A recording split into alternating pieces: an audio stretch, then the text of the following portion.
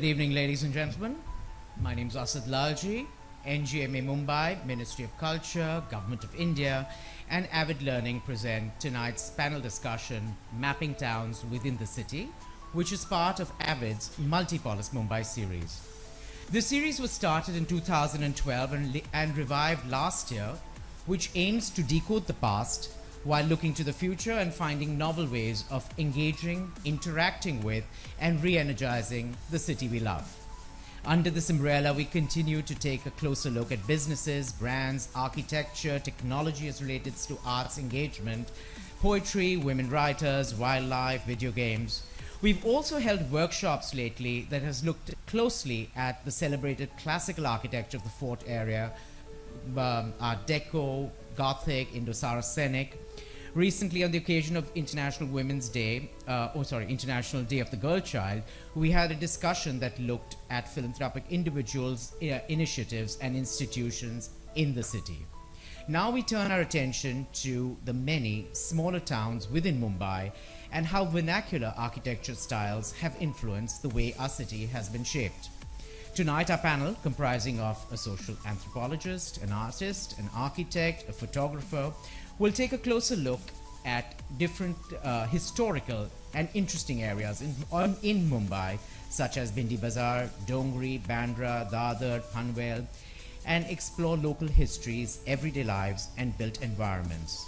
They will present ideas of readings of the city of Mumbai beyond the narratives of colonial towns and look at form making, dwelling, and inhabiting the alternate architectures of everyday that the city provides. This program is a continuation of Avid's collaboration with the NGMA, and I would like to thank the new director in charge, Mrs. Anita Rupavataram, and her team for giving us this opportunity again.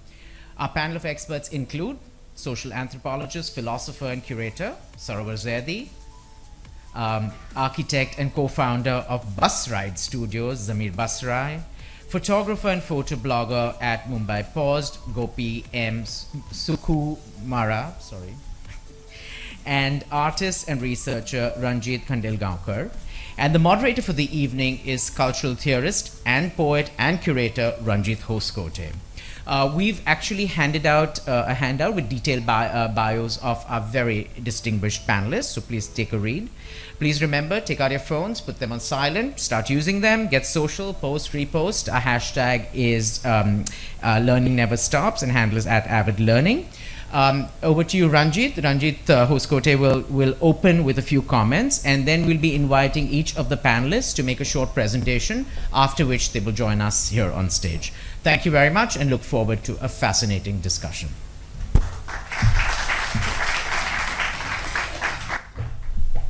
Thanks so much, Asad, and thank you all for being here this evening. I have a particular affection for this building, which is today the National Gallery of Modern Art, at least in part because it incarnates some of those questions of urban transformation and change that are at the heart of today's panel. As the Kausti Jahangir Public Hall, it had a marvelous run as a cultural platform. Many of you will know or remember that it hosted figures like Yehudi Menuhin and Ravi Shankar. Then it went into a period of decline in the 70s and 80s, where it became a venue for textile shows and boxing matches.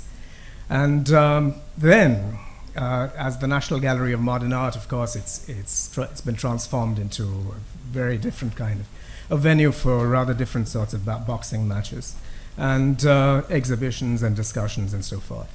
So I'm going to briefly make some framing remarks before we pass on to the panel. Also, I'm reminded, another reason for my great affection for this place is because I've had the privilege of curating 5 exhibitions here. And one of these was The State of Architecture, co-curated together with Rahul Mehrotra and Kevan Mehta.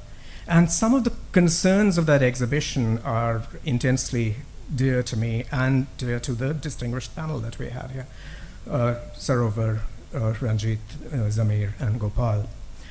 And it's really the manner in which we are called upon as citizens to be responsive to and responsible towards the processes by which our urban environment has been built, how it assume different avatars, if you will.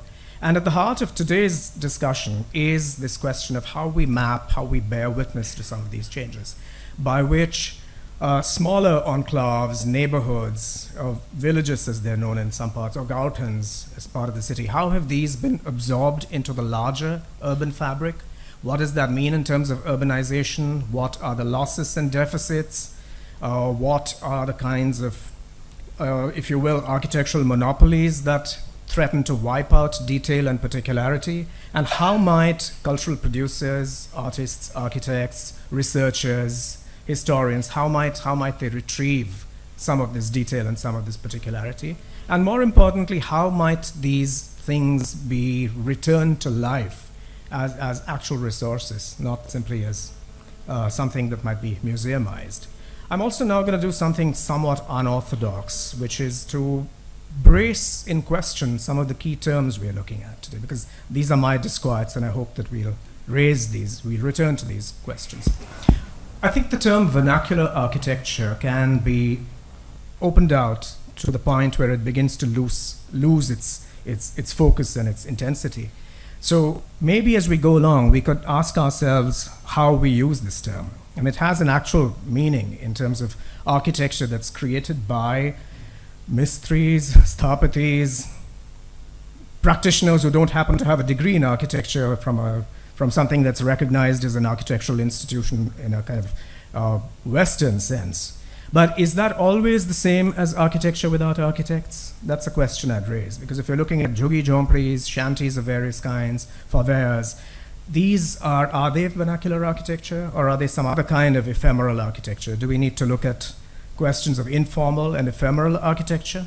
Where might we draw the line between architecture as improvisation and vernacular architecture, which actually is a well-codified idiom? So that's one question I'll open with. The other question I have, which I know is also something that reflects deeply in the work of our panelists, would be, what is the relay between our kinds of vernacular architecture here and the sorts of architectural idioms that came in from elsewhere? I mean, we often talk about Bombay Art Deco, and there's a reason we call it that. It's because it really isn't reducible to Art Deco elsewhere. What did Art Deco in Bombay learn from the Baranda? What did it learn in terms of deep recessive space that provides shadow in a tropical environment? What did it learn from the use of chhajjas? These are questions of detail, but I think they actually tell us about how we lead our lives and how we define our artistic aesthetic forms. And finally, before I move on, I would maybe invite a little attention to our terminology. We talk of mapping towns within the city, but given the grid of urban planning that we all work with, we know that the town actually has a very well-defined meaning. It's a certain kind of settlement which is governed by a city council, a municipality, some form between the panchayat and a far grander civic system. So are we talking of towns that got absorbed? Are we talking about other kinds of settlements and habitations? I think it's worth our while to look at how we name things while we look at those things, because it would then open our minds to the twin perils of bearing witness but also exoticizing. I mean, bearing witness is a very important thing, but do we exoticize these settlements, these habitations in the process? That's a question I'd leave open. And I do hope that, although this is indeed Multipolis Mumbai, I do wish we would learn, and I know Sarover, since you live between here and Delhi particularly, I do hope we will be able to look at the experiences of other cities. I'm thinking particularly of Delhi with its Lal Dora, which defines the master plan. And what happens to non-Lal Dora places which have been absorbed within the expanding city? And as people concerned with the arts, we know these places very well. Lado Sarai, Haus Khas, Shapurjat. These are actually villages which are run by panchayats, but they're within the city. So as we go along, I would love to hear from all four of you questions that have to do with aesthetic sensibility, but also questions that have to do with the politics, the political asymmetries of these processes. And with those words, I'm now going to invite Gopal. I would like to actually begin with you, if I may. Could I invite you to come up?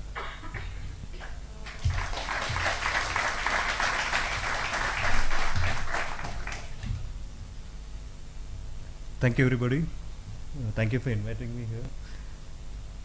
I am the odd man out here. I am the photographer. Others are all into deep study, whereas I just walk around the city.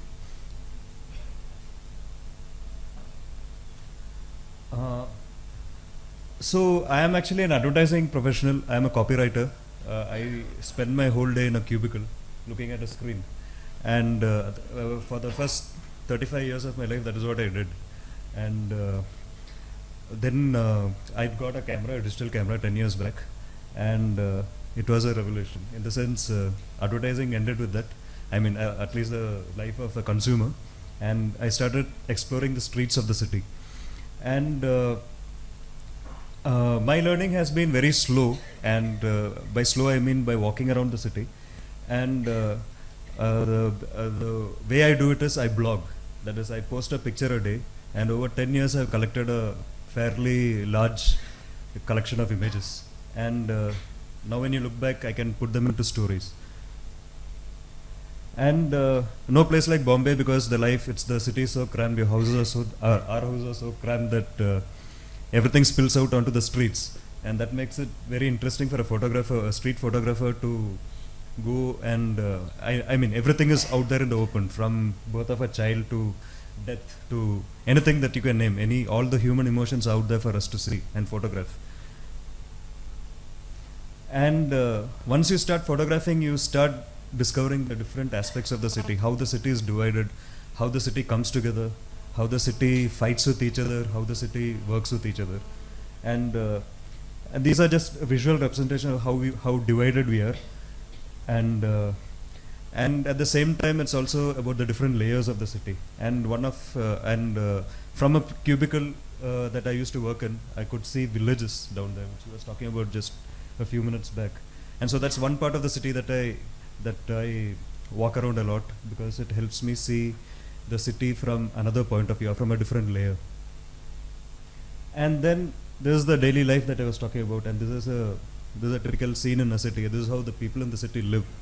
It's just we're going from point A to point B. Everybody talks about commute in a car, but this is commute is a problem for everyone.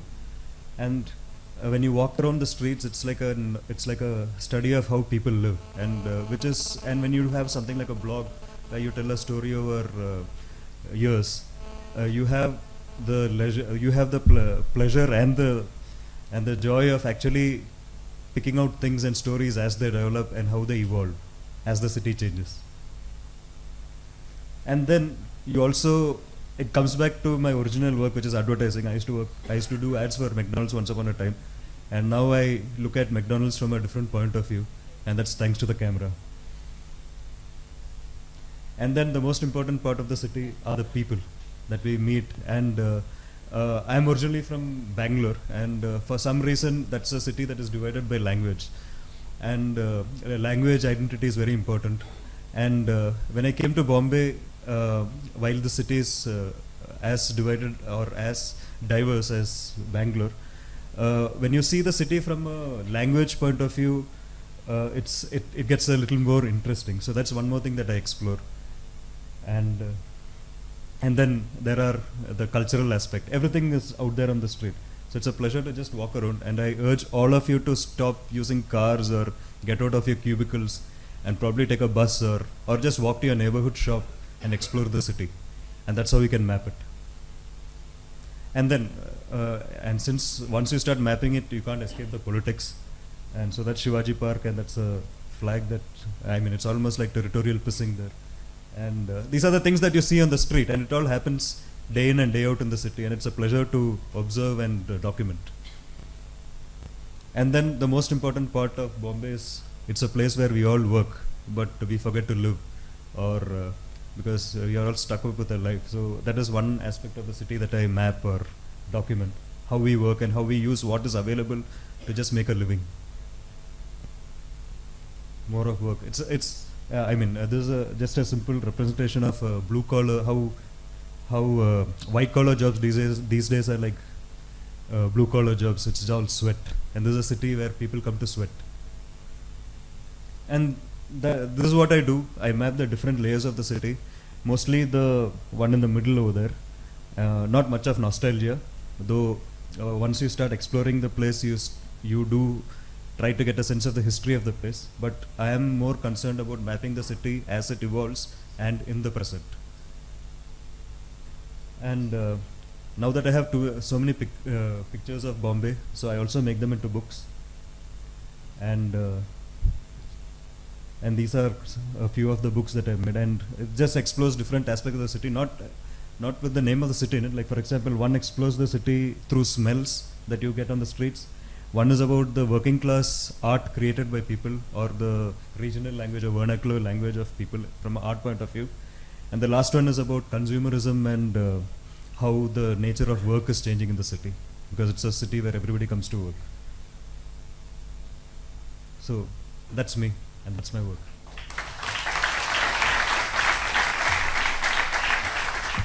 Gopal, thank you so much. I should also have said that apart from the questions and urgencies we're looking at, what is also at the center of this evening is the actual practices of the 4 practitioners that we have. And Gopal, thank you very much for that kaleidoscopic sense of your practice. And I'm now going to invite, I think we segue into Zameer Basrai's work and his particular explorations. And Zameer, could I invite you? Cool. Thanks for having me. Avid Learning, NGMA, that's awesome. I went to NCPA first, but yeah, that's awesome. Okay, so that's what we're called. We're a small design studio based out of Bandra.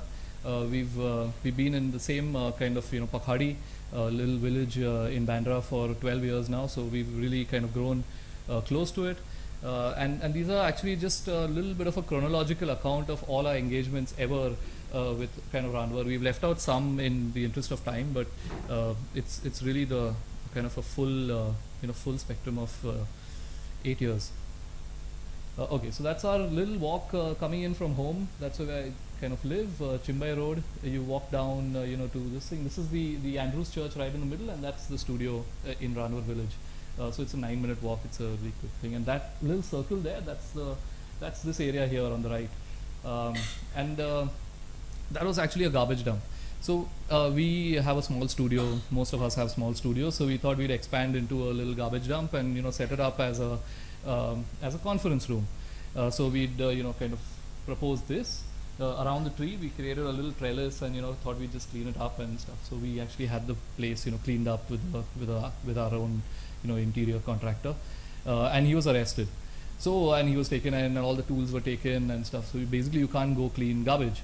That's a big learning. And then we just thought maybe someone's complained. So we did it again, and he got caught again. So we just said, okay, this is going to require some research. This is not happening. We can't just go cleaning up places in the city. So that's what started the Bandra project. It's in 2010 is when we actually got really committed to the idea of just researching, understanding all the layers, or understanding, I mean, it's not a good word, but stakeholders really. I mean, who's complaining?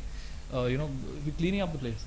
I mean, this is the place. This is Ranwar Square. It's completely kind of, it's really aged. It's a beautiful, lovely, quiet little place to work.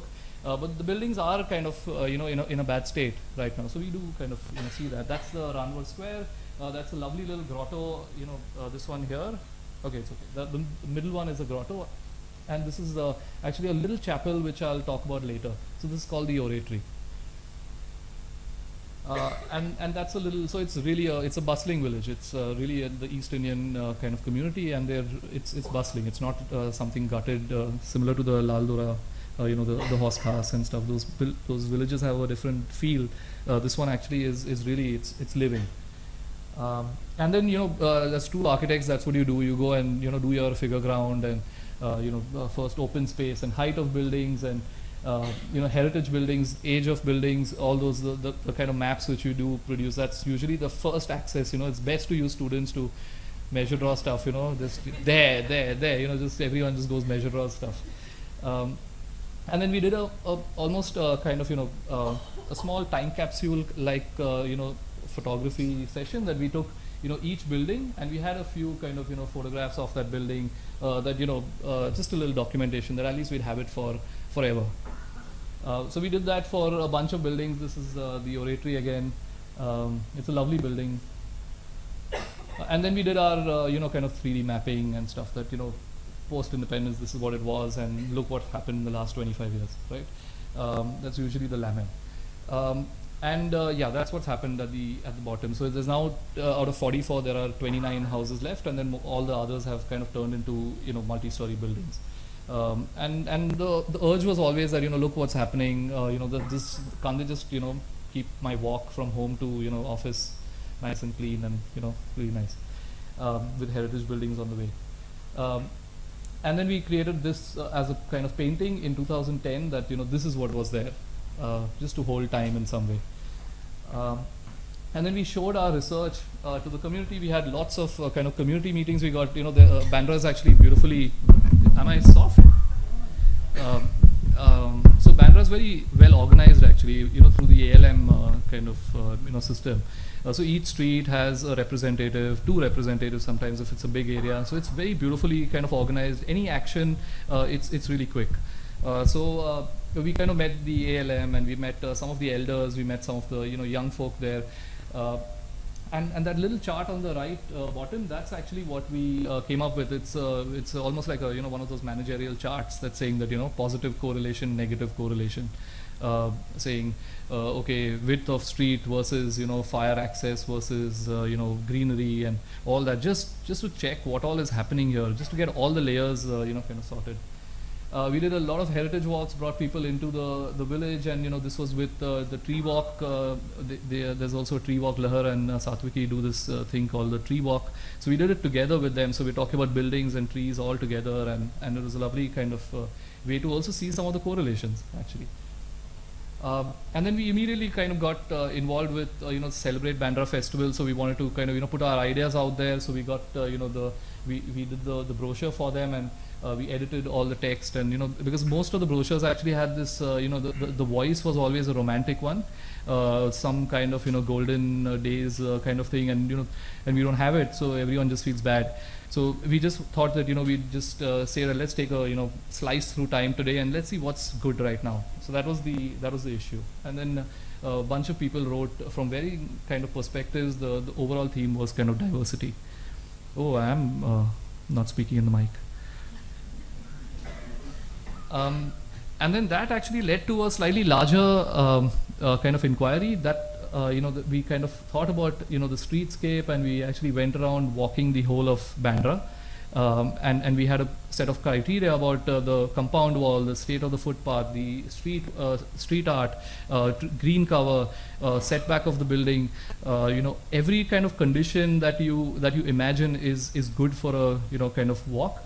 And this was actually roughly the time when we had pitched a lot of the heritage studies to the community, and they really didn't warm up to it, for obvious reasons. So we can discuss that kind of later. So really not fun. And we were actually we kind of tuned most of our action around pedestrianization and pedestrianism actually. So just thinking through the lens of the pedestrian, and then kind of framing heritage through that. That is what actually we did. So this is a map of good fragments to walk. And then what we did is kind of to connect some of those things to create a nice kind of network to walk. We would meet different ALMs and make mini projects over there. So even if you're able to just do street art and meet 4 or 5 of the criteria, then you make a better walk to connect the 2 red. So hopefully maybe in 40 years or so we have a completely red network in Bandra. And we put up a kind of public exhibition in Jude Bakery. There's one coming up in 2 days as well, Saturday. So it's a pop-up exhibition. Do come for that as well. And then so there are. This is actually a little bit of the kind of study that we did to start things off, and then I showed you that little matrix that we had created. It spawned off a lot of projects actually. So wayfinding was an interesting thing to kind of work with. So we identified certain parts which we needed kind of navigation at. We were basically complaining about pizza delivery at the studio. People just get lost in these places, right? I mean, so you'd be calling, and then you would blue building say right, low, that. So we really kind of take it seriously. Christmas is coming up now. We're going to be kind of heavily involved in all the decoration. Most of this gets folded up, so all this is kind of knocked down. MS framework which we get from other sites and stuff. So and then we use that to hang something new and create the Christmas tree for the place. the Ranvar Festival is a new thing that we started. It's something just to kind of bring people in and eat some of the food, show some of our ideas out, and kind of put them out for kind of critique. And then this is something which I can't believe I forgot, the Bandra doll houses, but I could have sold some over here. The idea is that we love measure drawing architects. You just you say measure draw and you just measure draw, right?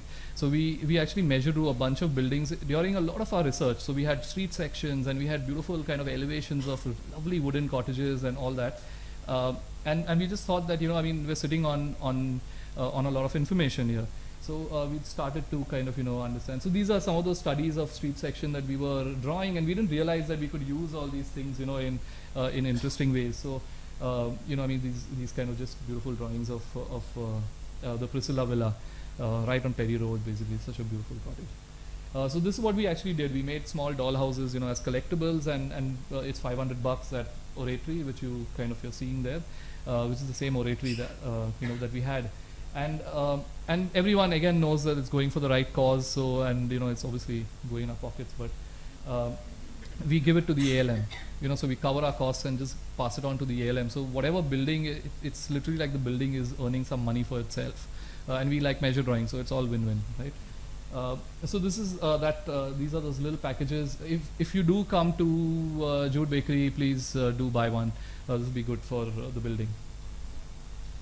And this is the little oratory, and that's the collectible kind of box going there. And this was very lovely because we did manage to collect some money, and there were some pending bills of the oratory lighting, which we managed to pay, and we had actually had it whitewashed and a little bit of kind of mint green kind of accents, which is quite lovely. So it's in mint green and white right now. And that now we're starting on Andrew's Church, so it's looking a little boxy, but and no one wants such a big one. It's almost A3 size, so we're trying to figure out what there's a earlier version of Andrew's Church where the mass is lifted up. We're trying to pull that one out and try to do that dollhouse. I think that'll be much nicer to collect. Just towards the end, we just realized everyone's doing this in every village. So the idea was that we actually became a Bandra collective now. So there's 6 studios who are working together completely egolessly, and we do each other's work now. And we are actually, so we had come together to show some imagery that was supposed to be alarming for the coastal road, right? I mean, the coastal road, there was no imagery ever shared, but this is what it is, right? And that's the sea link, and then you go boom all around, and everyone's sunset is kind of messed up like this, right? So we thought this was alarming, but everyone went wow. So these are all those lose some kind of things. Oh whoa, I mean, it's a complete loss. But anyway, this is what this is what the imagery is like.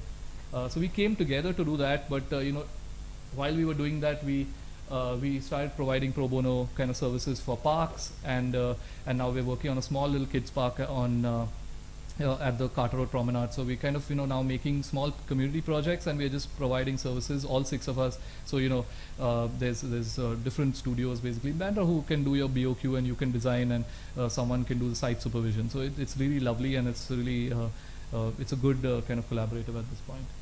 And then we just started some signage for little chalks, and just some small kind of little medallions and stuff inspired from there. Anyway, that's the presentation. Thank you. Zameer, thank you so much for that presentation. It just struck me that one of the most endearing pieces of street signage in Bandra is something that says Mummy Chalk. It's not far from Jude's, but her actual name is, I think, Ina de Cruz or something like that. But I was struck because of the way in which you knit together the intimacy of a particular neighborhood, a suburb, and tie it to larger questions of urban renewal. And I would hold the theme of gentrification. Maybe we bring it up later and see if it applies. But as we go along, I'm so struck by how each of these practices and projects brings us to mind of questions of flânerie, of a certain kind of walking, or a situationist study of reading the city against the grain, kind of dérivé. And it's in that spirit that I'm going to ask my namesake, Ranjit Kandalgaonkar, now to come up and share his thoughts and insights.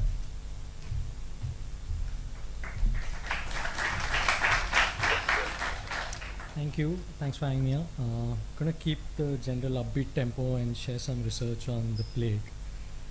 So I'm gonna jump right in because of the time constraint.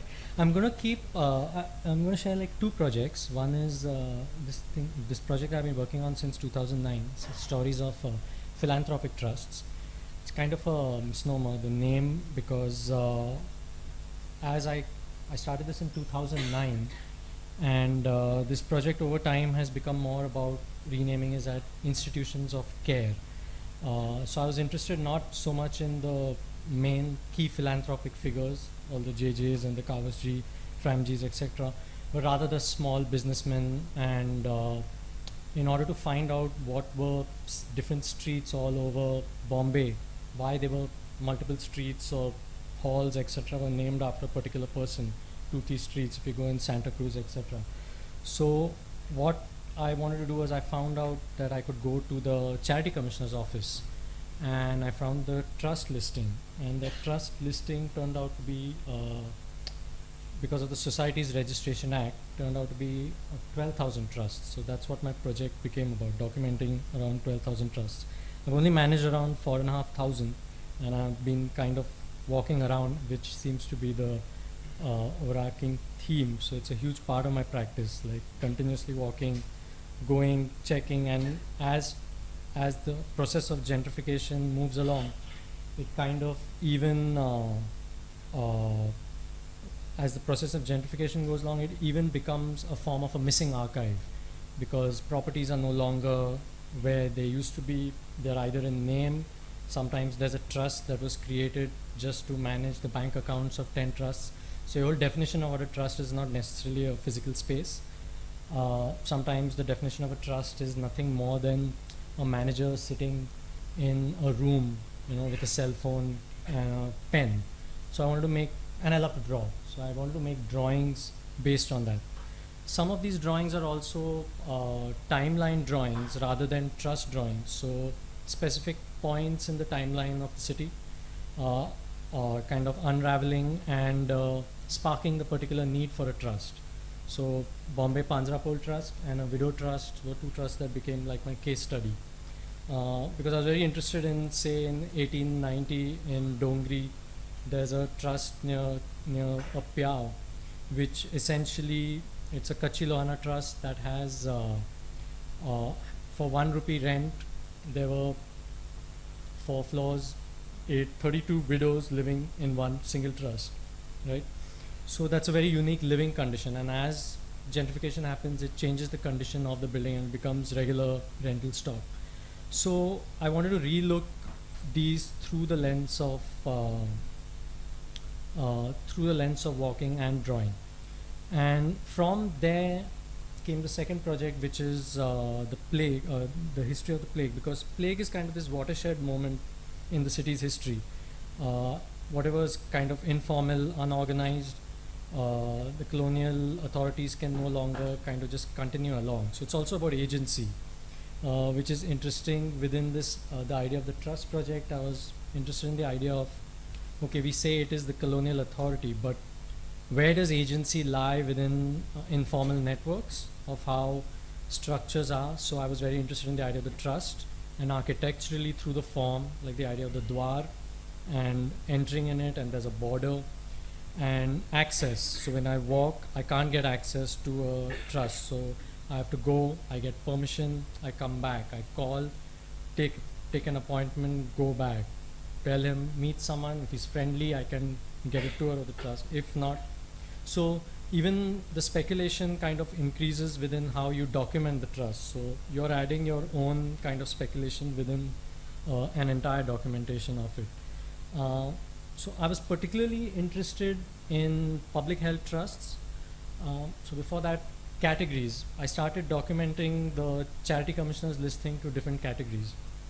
So broadly, there's animal welfare, migration, public health, social hygiene, education, and there are these kind of unique, strange trusts that essentially a trust for looking after old and neglected trees, for example. There's a trust that feeds sweet flour to ants, which is a Jain trust. Then there's a trust that essentially even banal activities of trust, like a Parsi trust for the Tower of Silence, who does the whitewashing of the dokma, right? So it's a particular trust that doesn't, you don't remove 5 rupees for it. It's money that is set aside for the entire year.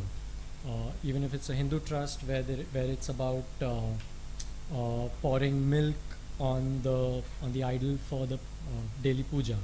So that milk, the money for that milk is set aside for years, sometimes in advance. So that photo you just saw was of Pyaus. So I thought even Pyaus were these way to kind of, it's a philanthropic map of the city, documenting monies that were donated towards a kind of a form of philanthropy.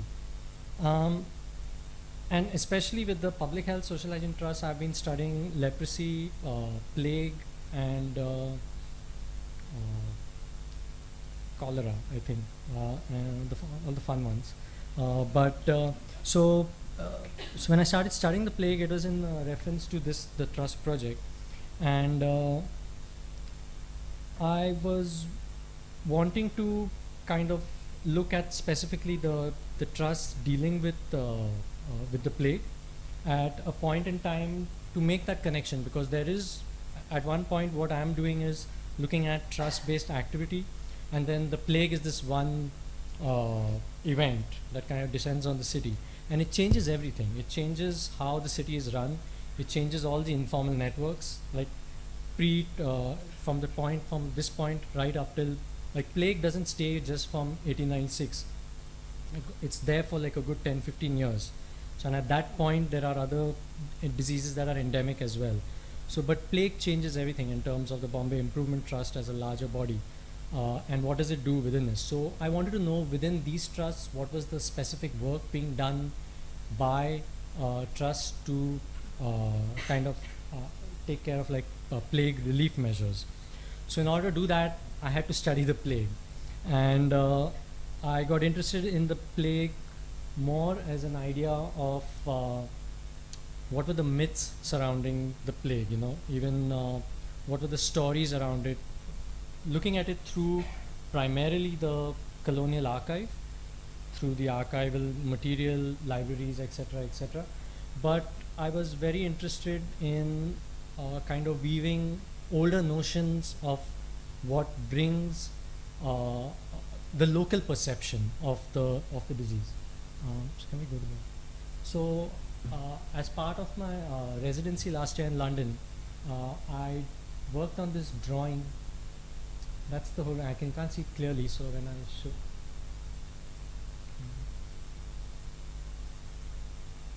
So it's a 2 feet by 10 feet drawing on the plague, which essentially what I did was, it's bringing all these other narratives in, and I've just written down with my notes, is myth building, fear, paranoia, rumors, consequences of measures like riots, mass exodus from the city, and long-term effects on the city's identity. But a lot of this is kind of research material from 2 archives. One was, I wanted an alternate archive and an alternate reading of the plague. So I was very interested in at the Asiatic Library you have the Hindi Punch, which used to be the Parsi Punch, and kind of advertising, and for larger viewership they changed their name to Hindi Punch. It's a primarily male kind of editorial board, which is reflected in the images, etc., which have their own politics. But the kind of speculative nature of how the plague was being perceived was super interesting as an alternate archive, because they are creating situations without actual knowledge about the plague itself. And I wanted to pit that against the colonial kind of narrative, which essentially blames the inhabitants of the city, right, for living in filth, in squalor, as being the cause, the predetermining cause. So I wanted to use that evidence and re-look it to kind of bring it together as a reading of the city. Can we go? Yeah. So just quickly, you can't see clearly, but we'll. So what I wanted to do was, there are 2 I framed the drawing using 2 goddesses. On the left is Ola Bibi. She's a cholera goddess. She's Bengali. No, there's another image, you'll be able to see that. And this is Sitla Devi, which you know is the goddess of pox.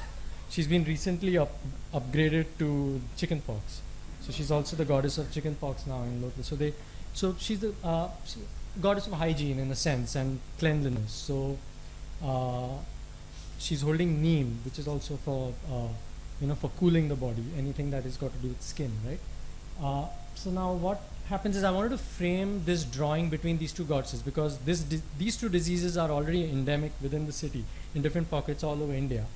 And I wanted them to kind of be viewing the drawing as Bombay, because Bombay, like there's no plague goddess. There's no really recorded plague goddess. So I wanted these two goddesses to be looking at the colonial kind of the display of going into people's homes, etc., etc.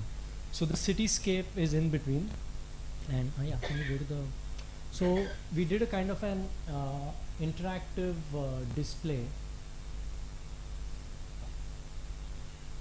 which used to be here 2 seconds ago.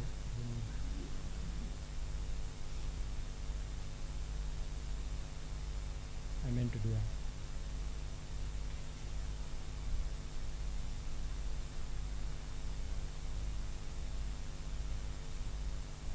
Go to the other one.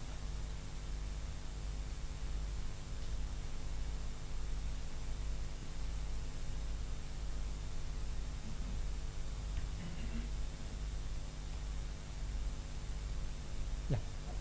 So this is Ola Bibi. And I got this really lovely quote from David Arnold. So within public health, that is like the Pothi, the colonizing the body. And he says a very interesting thing about the lack of a plague deity, right? So if we're going to do a little bit of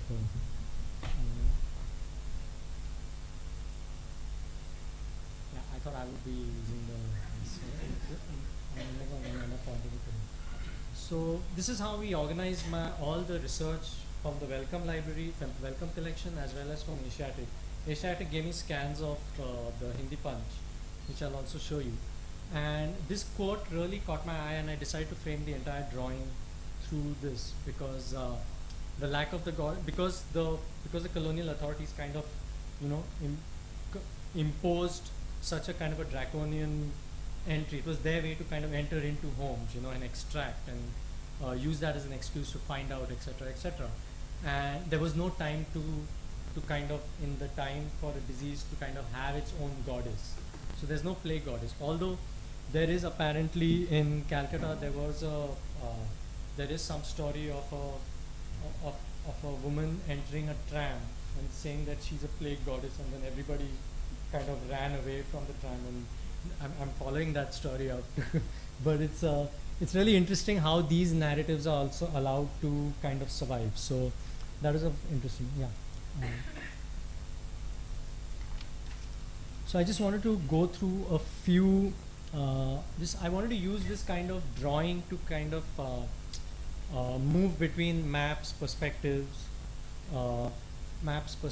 and these things. So a lot of doctors were also making drawings, So there are these ink blot drawings by Snow to talk about cholera in London.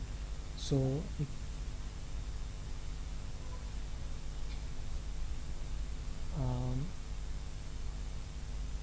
so this is the Hindi Punch image. If you see, it's in Gujarati and English. It essentially is this kind of demonic representation of the plague. Yeah. And can we just go to this one? Yeah.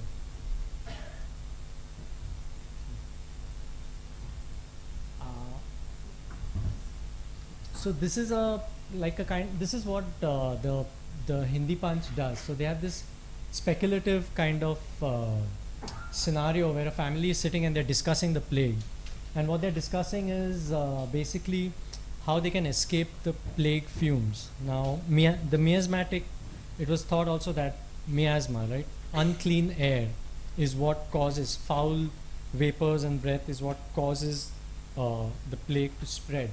So they're discussing how they can escape the plague. right? So they said we'll just get into a balloon and go above, and the sun's rays will kill the plague microbes. So they're discussing this. So I made the the drawing. If can just cancel this. You can just pan up. No, the other way. More. Yeah. So this is a drawing that I did to kind of talk about the balloon that kind of works with the imagination of the city in moving.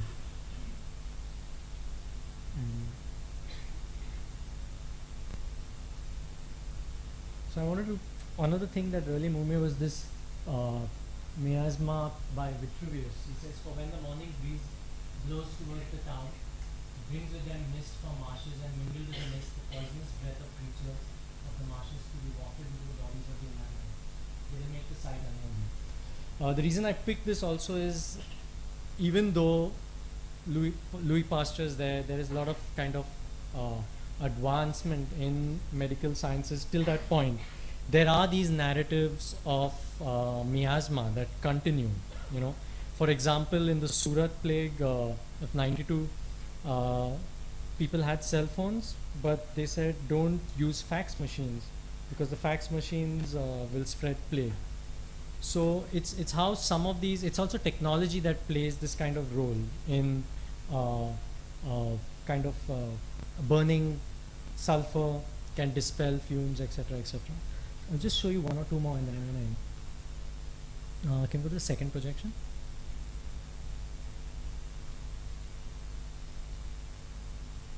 Just wanted to show you one image on the right.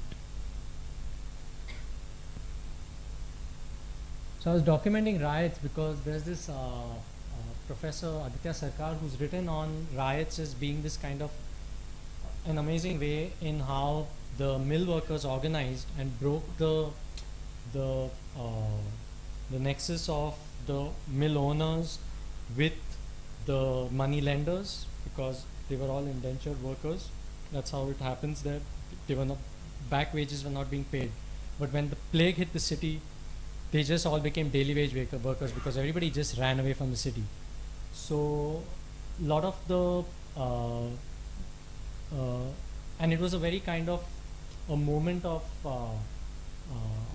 kind of power, where the power kind of dynamic shifted. And here within this, it's also interesting that the Hindi Punch also lampoons richer, richer folk in terms of the way that you'll have a woman dressed in a sari, but she'll have high heels, and British high heels, kind of with a bow, etc., to kind of talk about them wanting to be more kind of aligning with the Brits, and they are worried about. All the wives are telling their husbands to start dressing more poorer, so that they don't get lynched by the crowds that are catching and beating up people and killing people. I just want to show you one more. Can you go to the project, third one?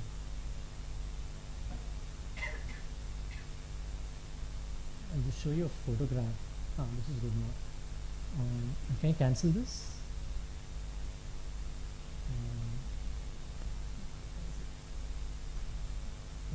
Yeah, the other way.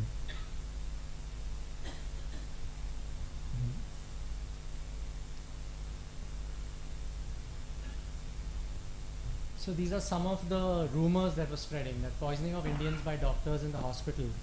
So because if people were removed from hospitals and removed from their homes and put in hospitals, and if they died there, then the public thought that they were being killed in the hospital, so mixing poison and opium, snakes spread plague apparently through drainage pipes.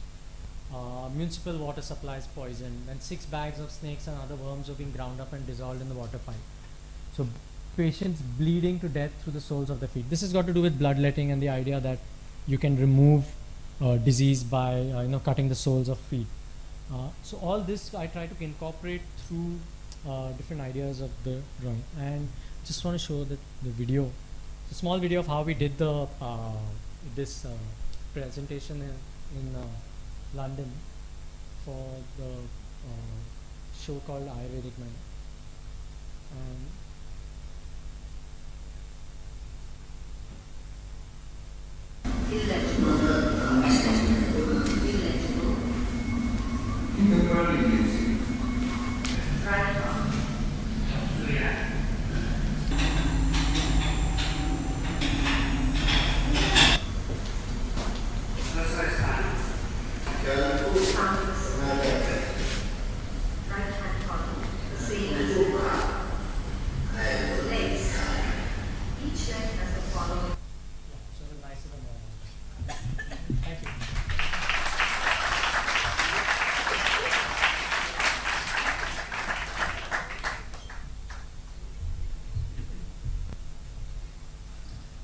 Thank you so much, Ranjit. Again, a very absorbing immersion in the pasts of the city. And I was thinking as you were presenting your work that one of the many outcomes of the plague and of those great epidemics of the late 19th century is that they really threw in question the kinds of identities that people had tried to bring with them from elsewhere and to hold on to, specifically caste and ethnic identities.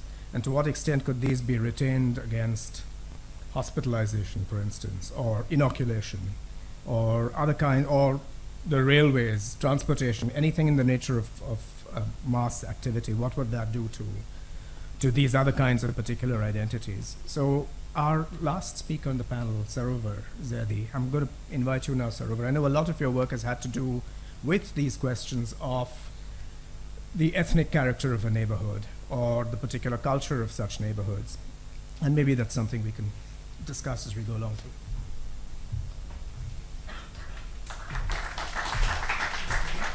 Thank you. So first, the usual disclaimers. I'm not an architect, I'm not a historian, I'm not a photographer. So please bear with me. And we have Rafiq sir today here in the audience, and thank you for coming. So any historically related questions, please ask him. So I'm a social anthropologist, and my work is essentially this is actually part of a much larger work that I did for my PhD research, which is looking at a particular area in Bombay, which is essentially the area that we know as the area below the JJ flyover. And it essentially, I had lived in Bombay for many years before that, and had always wondered about this, passing over this area, which I heard all kinds of rumors and stories about. And I started the work with actually looking at the JJ flyover and how the JJ flyover kind of, with its presence of speed, you kind of speed past the area. It's this kind of Paul Varello's idea of how speed kind of erases spaces, and there's a kind of sovereignty it establishes over that area, and it gives it a homogenization. It gives this sense of the ghetto which was always there, but now it's kind of reinstated, and we want to bypass it. So what we see, what we miss, what we want to bypass in the kind of life worlds and the congestions and the histories of this area is what I kind of started working on. This is a photograph taken from the newspaper, and this photograph is taken with a lot of difficulty. I cannot reveal how. So yeah, so the idea was to kind of then enter this space through a new trope of thinking about how a city is made, who are architects, who are the architects of the city, how do people live, and what are the forms of aesthetics and politics that actually come to emerge in a space like this. And this is what I kind of went into calling, so this is like, when you're speeding over, you literally pass, and I'm sure a lot of you have been curious about many things in this area. There was a time that there was a Bora uncle who had a very beautiful house which was like an open exhibit, and you could look into it, and he had porcelain plates from all over the world which you could see. I'm sure some of you remember it. Now that house is shut, the windows are shut, so it's gone. So I have tried to look at the idea of Bombay as, and this is a Mumbai pause, Gopal's picture from a long time ago. And how does the kind of world emerge under this space? And this is a usual street. This is, I think, towards Imambara Road.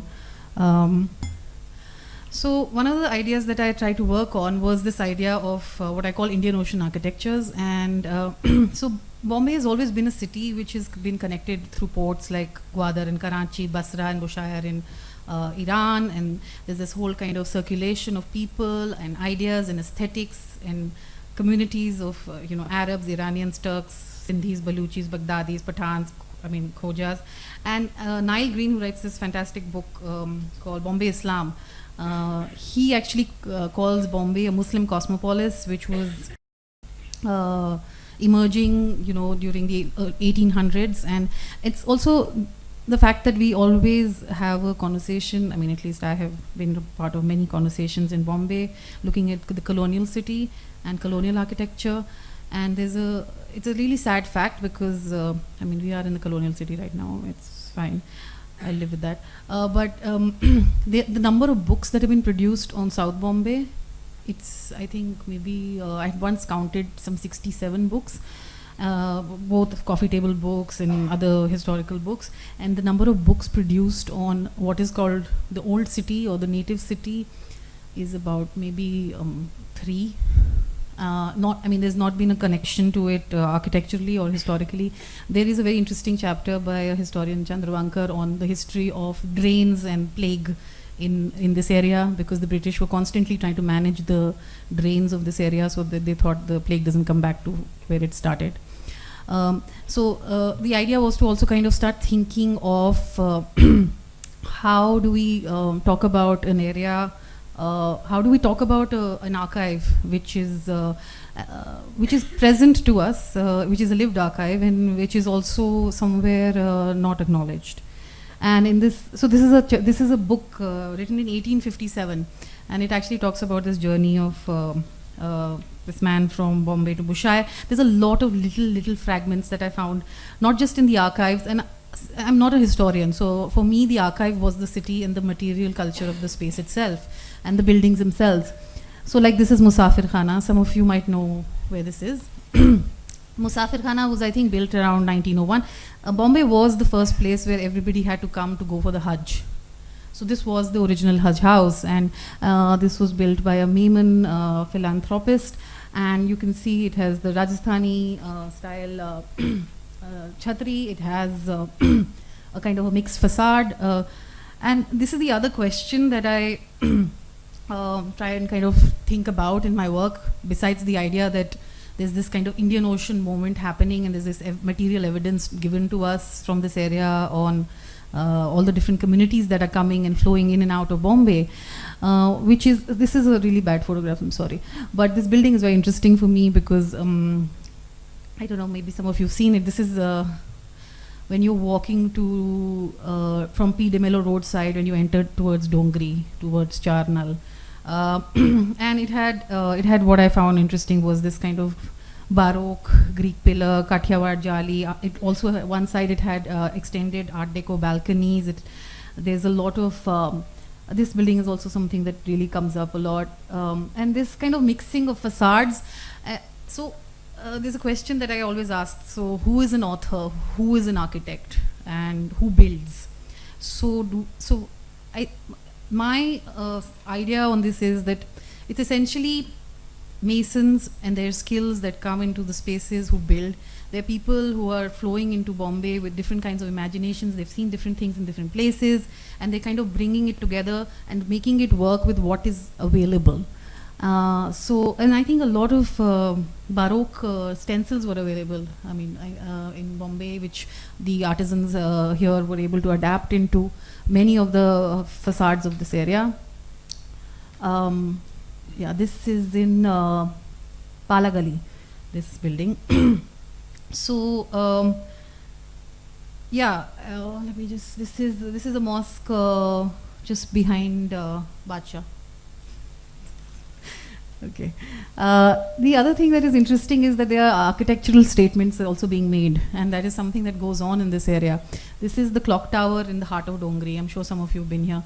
This was built by the Aga Khan in 1885, and it is a very classical kind of assertion to the public space about the fact that, this is not I mean, this dialogue of this is not a ghetto has been going on for more than 100 years. And that we also have modernist architecture here, and that we have clock towers, you know, just like South Bombay. So there's this, this is the rest of the building, and it still functions as a Jamaat Khana.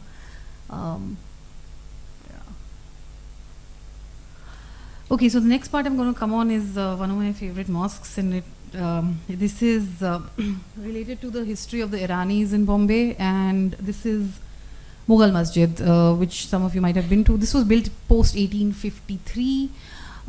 What is interesting about this building is that it had a combination of course, I mean, now it's got all these newer tiles, but the tiles were actually brought from Iran. There was also the Mangalore tile, because they knew that they're building something in Bombay and there's going to be rain, so it's not like they're going to just make it irrationally. So you can see the Mangalore tiles. And it's also a leisure mosque, and today still used by a lot of people to just kind of hang around. And it's a particular moment. It has a very it runs this the Muharram Majlis. This becomes the center of Dongri in a sense. They are the other mosques that align around it, but this is the place where the main Majlis is held. So yeah, so I did a lot of work on this, but I'm just showing you. Yeah, this is a place where some of you might have been. This is still active. This is the Iranian man who still brings baklava during what is that festival? Nowruz. Thank you. So this is an Omar Khadi. This is actually called I mean, locally it's called, so it's called the Amar Akbar Anthony Chowk, because there's a little shrine there. There's a church thing at the back, and this is a Hindu building. The Hindu building is, as you can see, kind of Art Deco-ish features pulled in with something else. There's a kind of a Gothic facade to the Christian space. So how, you know, these things have kind of, these corners have kind of existed, and these histories just kind of go missing.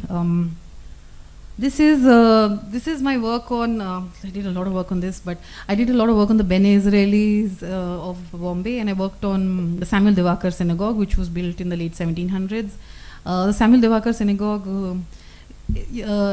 Ranjit had mentioned this idea of vernacular, so it's always classified as vernacular, and I have a kind of a discomfort with vernacular because it becomes a category which just kind of supersedes everything, like, you know, everything that is not Gothic, that is not this, that is, you know, that is not a pure form of classification, gets classified into this kind of generic, like, lumpen proletariat of the vernacular.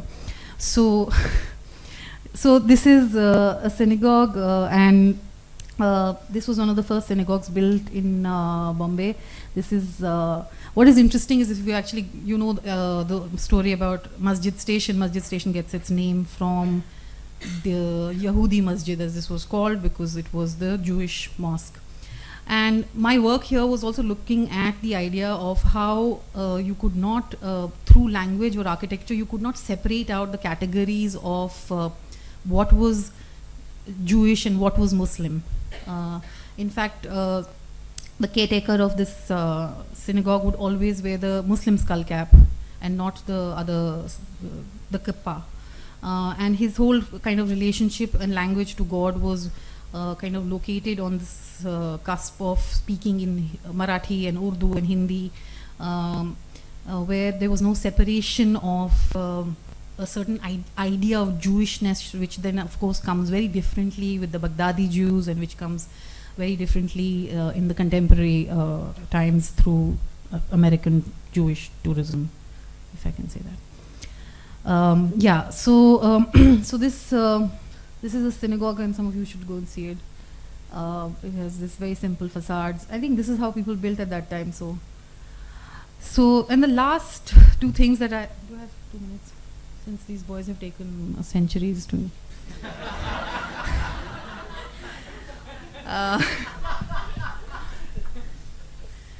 So yeah, so this is the shrine of Pedro Shah, and there are there's a archival story on Pedro Shah, which basically talks about the fact that Pedro Shah was a moralist, where he There was an alcohol shop that opened very close by to this, and it came down, and this has been put in what is called Safarnama, which is a travel log by somebody who was there around that time. But what was very interesting was that there was another story that I actually found on the street and also by visiting this place, which was that he was a pettiwala, which is essentially somebody who carries these baskets. He was a load carrier. And he was Portuguese by origin, apparently converted to Islam. And in some ways, there's a story that goes that his master said, you know, you need to lift these petties up and come right now. And he was eating lunch with his other comrades, and then he says, wait, we're eating. And then the master kicks him and says, no, come right now. And then there's this kind of, the story was told to me when I was in Muhammad Ali Road walking. And they said, so how he gets up and the baskets get up with him and they kind of fly with him. And there's like a small kind of a urban legend around him. So I found these things really compelling and interesting about how stories circulate even today about things that happened maybe 150, 200 years ago. And this is a really lovely compound in right next to VT station. I've met a lot of women resting here before they take on their big trips to different parts of Bombay. It's kind of like what I call a leisure shrine. And and this is the cast iron, if I'm correct. Actually, the person who was he was a very old man. He died, I think, 2 years ago before Benita interviewed him. Didn't interview him, sorry. So he used to tell me about each part of this shrine and how it was built, and there was a certain pride he took in these frames that were put up. And I think, again, the focus has been so much about South Bombay that we kind of miss these little pockets. And this is the Pedro Shah flooring. Okay, I'm now going to come to the last part, and it's going to be very small. So I guess most of you have now seen this if you've crossed the JJ flyover. This is the Roza of the Sayyidna and his father. And the reason I've kept this in is because I did a lot of work around how there is a contestation of the horizon of this area going on through an architectural kind of performance that is being undertaken by the Bora redevelopment plan. And the idea is, of course, I mean, the area has constantly been pushed back into this idea of this is a Muslim ghetto, this is a space which does not have a certain kind of modernization, it has congestion, it is a place we only go for food and for Chor Bazaar.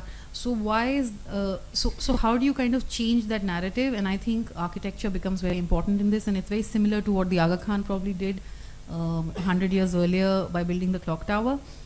So this is how the plan is going to unfold. I do not think that we can have a conversation about the fact that is this right? Should we preserve heritage? I think if a community there wants to change certain things around the space, they are highly entitled to do that. So this is what it'll look like. And yeah, thank you. Thanks so much for that, Sarover.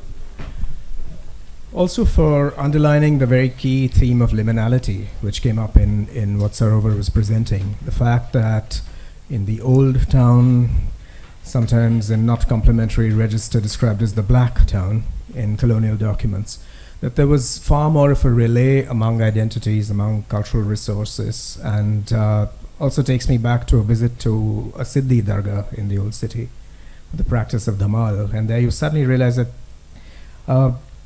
we miss out on these other kinds of cosmopolitanisms from below. There's a great sense of South Bombay as the site and venue of a certain kind of cosmopolitanism, which is a kind of relationship to the West.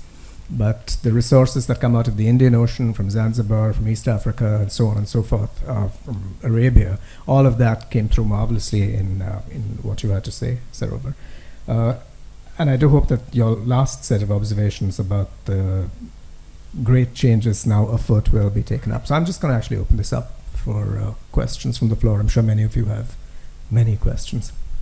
And is there a mic that can travel? Yeah. This question at the back.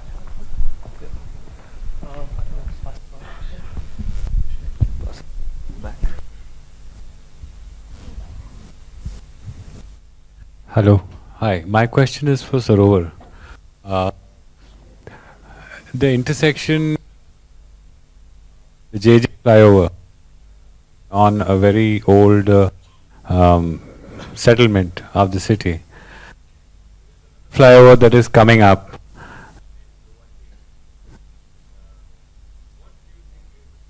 Of something like that. Because to be no need for a flyover because it's not congested, the space is very wide. So I'm able to not understand why it has been made, but there might be civic consideration. But I'm asking you what you think it will change the way that area is perceived. Thank you, Kadil. Essentially, I can only respond to you as somebody who's worked on urbanism and sociology of urban spaces. And as I have mentioned, in the case of the JJ flyover, of course, there were reasons of the idea that there is congestion there. And actually, if one thinks about it, congestion has not really gone down below. It hasn't gone away. We can only bypass it. So there is this whole kind of literature that is there in urbanism, which it looks at the fact that the idea of speeding highways and flyways is the way that cities should be built. And the whole idea is that cities are built only for people who are in cars, much to Gopal's dismay. But the sense is that even when you don't need it, and this notion of modernization, this notion that you just go through 5 different flyovers and that's how you need to kind of traverse a space. And of course, Govandi, there will be a specific reason. I actually feel, I mean, one of the things that I didn't mention earlier is there is also, if you do a map of the history of the riots of Bombay, and then you see that as a part of the psyche of the government to then bypass these spaces. So if something is burning down there, let it burn, we'll go by and go to our town and run the stock exchange. So these things also, I mean, I can't say this in a kind of fact, oh, this is the fact, but I can say this, that these are the things that inform a kind of solutionist way of the government to deal with certain areas which have been stigmatized or have been affected in the past by riots, etc. Yeah. Tasneem? Could we have the mic go across?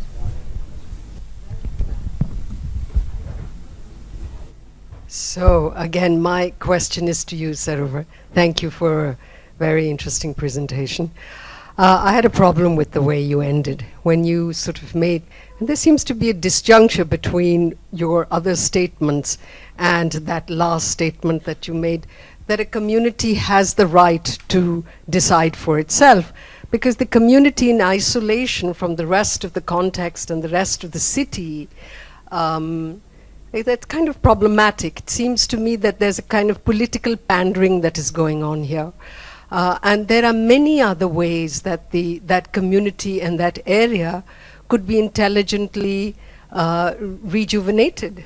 You know, I'm sure you know, and I'm sure many people here, there are many strategies that could be considered for, you know, making them not feel that they're a ghetto. I don't think that conversation has even happened. It's just that they decided that they want to do this. I'm sure there's a lot of money, and I'm sure there's a lot of political inside negotiations that have happened. And what about the rest of the city? What about that whole neighborhood? What about the context? And why should we lose that heritage? Why don't we have other strategies of rejuvenating it? What are your thoughts on that? So I have a real problem with your final statement. I felt it was just a kind of, well, you know, My statement was giving in to something that we should not be giving into. I think my statement was not as someone who, it's not like I have a choice. But it was much more important that you say it. Of who's trying to understand why a community would do that. So that was a much more academic understanding of why a community is deciding to do that. Of course, there are many issues in it, and I did a lot of field work in that area, and worked and wrote on it also. There is, of course, there is this idea of the complete homogenization of that space again as a part of this plan, right? There is also a lot of internal tensions between the Bohras and the non-Bohras that continue to happen there. And it's actually a history from 1909. There was a Bohra non-Bohra riot in Bombay, and 1911. And the Chor Bazaar street also will get split up. So half of Chor Bazaar will be in the plan and the other half will be. So it actually won't remain a street anymore, technically. So I understand your point entirely, but it's beyond my status as an academic to be able to entirely comment on it. Yeah. But I'm just challenging your last statement. I think, if I may be so presumptuous as to suggest that you seem to have been co-opted by that, and so I'm concerned that has happened. I wish. Then I would have I really wish I was co-opted entirely, but I don't. I think there are different forums that I discuss this work differently. So that's I'm saying it very plainly. Not this one. I'm sorry. There's a Bohra sitting next to me. You have something to say on this, Mr. Basrai? No, I'm joking. Oh my God, high rise, high density. But I'm going to take those thoughts to Siddharth. You have a question. So thanks all of you. Added a lot to one's learning and things. And of course, as you said, right, in the beginning, Ranjit, a session like this can't possibly encompass everything. So we've had Bandra, we had the 19th century plague, and Sarover's work on Muhammad Ali Road, one knows. But I still think, not because of tokenism or something, but we are in a situation where 50%, 45 according to the last census, live in quotes, informal housing. I have a real problem with that phrase, but that apart. And there is a huge parallel economy that services that. There are people who sell asbestos sheets. Now people are going up to, if you go to a place like Barampada, it's like 4 stories. You can't see the sunlight coming in. So obviously there's work going on, there is investment, there's somebody living on the 3rd story, has different rights. Can it collapse? What happens during the rains? Perhaps there'll be another session on it, or maybe another conference on it, or whatever. But I think that the slums of Bombay, not in the aesthetic sense alone, but even speaking purely as an economic phenomena, not as a sociological one, are a complete blind spot. Considering that every service we want is coming from there, including clerks who work in Mantralaya and cops who work in the police station. So, are we guilty as a city of completely bypassing this whole notion that the slums are virtually equal to us? And while we are getting charmed by, other ethnic neighborhoods, for example, without taking away from being charmed by ethnic neighborhoods. Thanks for that question. One answer, sorry. But I'm going to take that question and read, because it links to things I said we would bracket for later, such as gentrification, which remains a question. But I also want to relate what you asked to the fact that this is not a zoned city. It's a highly interstitial city. So even in some of these charming enclaves, you have the presence of slums, of shanties. So that's actually the question I had for you, Zameer, if you'd like to take that up. I've lived all my life, most of my life in the Bandra area. And we know exactly how these East Indian villages and Gautans, the kinds of cycles of change they've gone through. And wherever you look in Bandra, it's exactly the kind of patchwork reality that Siddharth's talking about. So how do you, in your particular kind of strategy, you mobilize a certain kind of citizen? And it's not a criticism, it's everyone has to do what they have to do. But where does that leave this other kind of citizen or denizen and the kinds of architecture they inhabit? And how might they even participate in the kinds of renewal strategies that you're spearheading? So I mean, just interestingly, just I think 2 days ago, the delineation of the informal versus the villages was happening. So the BMC is kind of very actively drawing those lines now, and it's actually coming from within the village. So what we think might be a respite kind of sense in the village from the city outside, they actually there's a new line being formed now. So it's not as blurry. It's going to be very pakka. These people have rights. Those people don't. It's very clear. Even the communities are going to be divided based on property. So that's happening right now as we kind of speak. Okay, so we've been called gentrifying agents. Actually, we do so many cafes and kind of restaurants, and everyone's like, you guys. So we've actually been a little kind of ears on the ground kind of approach. We've tried to be as small as possible and maybe a little slow. So I think we just as long as we can maintain that posture in whatever we do. We hope that we are not causing too much harm to communities that might be related to stuff that we're doing, actually.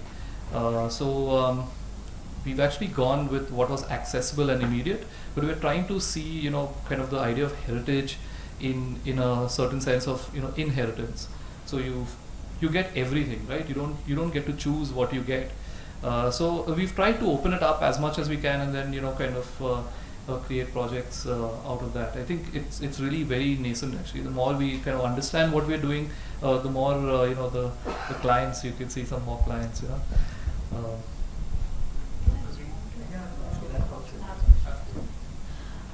So I wanted to give you a small response to that, which was related to the fact that actually the amount of work that is done on this, so to say, what are called slums, and this could mean slums which have been classified as slums and slums which are actually settlements.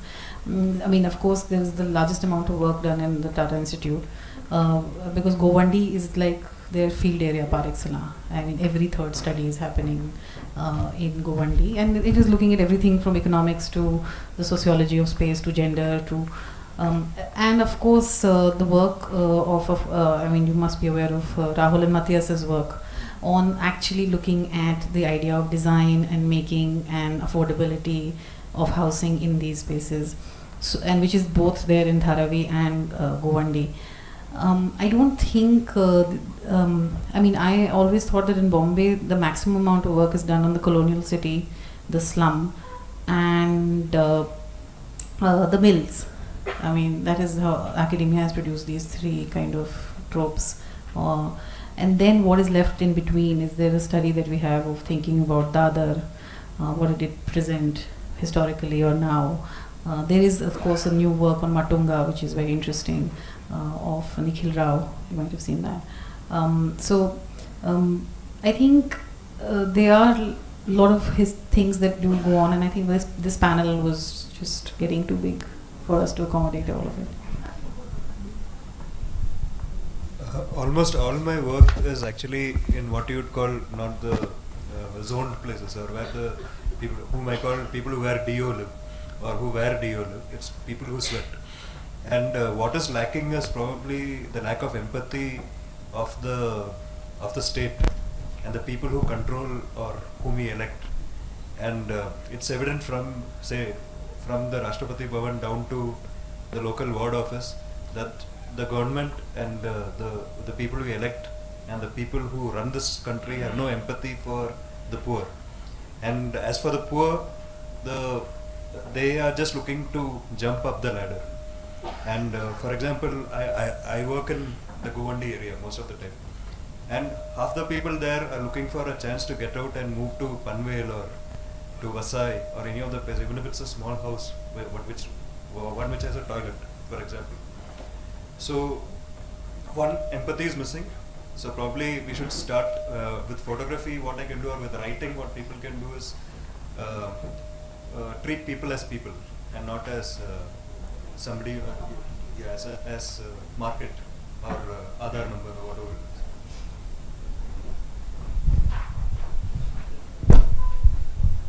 This is not a particular response, but I was just thinking of this through the Trust project, and what was interesting was this like kind of 1860s categorization of the Societies Registration Act, you know, and it categorizes trusts into three categories, which is religious trusts, cosmopolitan trusts, and societies and guilds, as three different categories. And then within that, everything is clubbed together. So religious trusts have Hindu, Muslim, Parsi, Christian, but it also goes into, so like a JJ charity fund will become a cosmopolitan trust, for example. Now, within these categories, these are there as preset categories, but I was wanting to see whether how these, by creating how they kind of played out, right? The idea of there not being the native town as just outside the fort wall, but more kind of porous and, you know, permeating into the city. And the trust form in that sense is something that breaks that, or the idea is that it breaks it. But this also needs to be looked in the mode of like the DP, you know, because the DP kind of development plan is what is constantly kind of brings the whole question of this informality. And if you look at those 80s films of how they explain what a slum is, you know, in the, you know, the film division voice. So I think the problem kind of begins there in terms of a certain form of like That brings us pretty much to the end of this marvelous session, and just want to thank all the speakers also for providing such an incredibly rich set of practices devoted to research, to representation, and also to engagement with community, with place, and with urgencies. And thank you all for your attention and your questions. Thank you, Ranjit. Thank you to our panelists for such amazing presentations. I'm sorry we didn't have enough time to actually have a discussion, but that will be 2.0.